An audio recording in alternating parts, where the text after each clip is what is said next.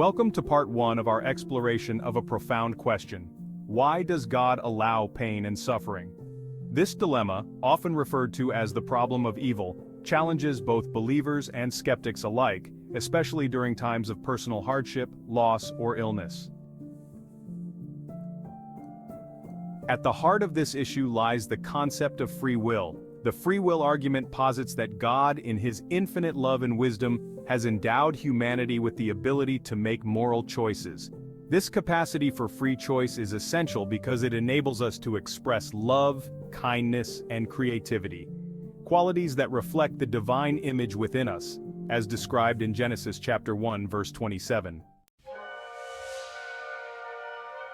However, genuine freedom comes with a significant responsibility. It entails the possibility of choosing evil, which can lead to actions that result in suffering. We witness this in the realities of war, violence, and injustice, deeply rooted in human decisions rather than divine intent. But here's where it gets interesting. Moral freedom is not merely a risk, it's also a prerequisite for moral goodness. If God were to intervene and prevent every instance of evil by overriding human choices, the opportunity for meaningful moral development would vanish. Consider this. Acts of compassion often arise in response to suffering. When we see people rallying to help victims of natural disasters or standing up against injustice, we witness the beauty of moral growth that flourishes in the face of adversity.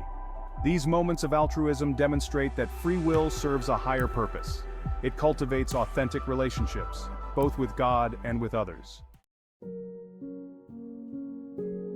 Now, while it's crucial to acknowledge that God is not the author of evil, he does permit the misuse of human freedom to uphold the integrity of human agency. Many forms of suffering arise from human choices: wars fueled by greed, discrimination born from hatred, and environmental degradation resulting from irresponsibility. This concept emphasizes that God's allowance of suffering is not a sign of indifference. Instead, it reflects his respect for our autonomy. Theologian Alvin Plantinga argues that eliminating the possibility of evil would mean eliminating free will itself, reducing humanity to mere puppets. In Christian tradition, the origin of suffering is connected to the story of the fall in Genesis 3.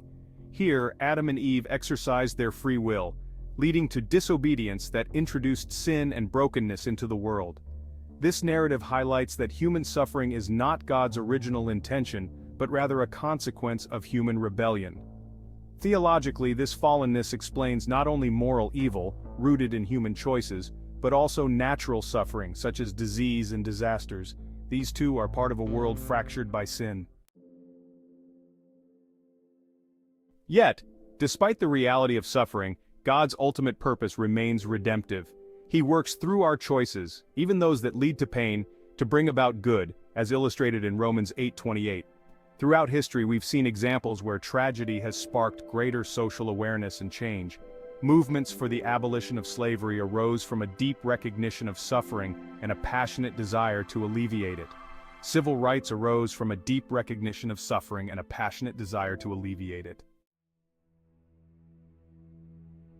God's response to human-caused suffering is not to revoke our free will, but to enter into our pain through Jesus Christ, offering us redemption and hope.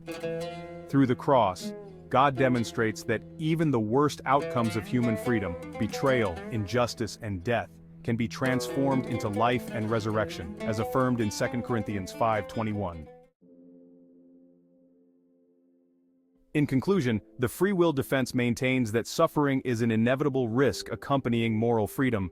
By allowing us to choose between good and evil, God enables genuine love and virtue to flourish. Yet this freedom also means we bear responsibility for much of the suffering in the world. Ultimately, the Christian hope rests on the belief that God will redeem all suffering and restore creation, while still honoring our freedom and agency. Thus, free will is not merely a burden, it's a profound gift, reflecting God's desire for meaningful relationships with his creation.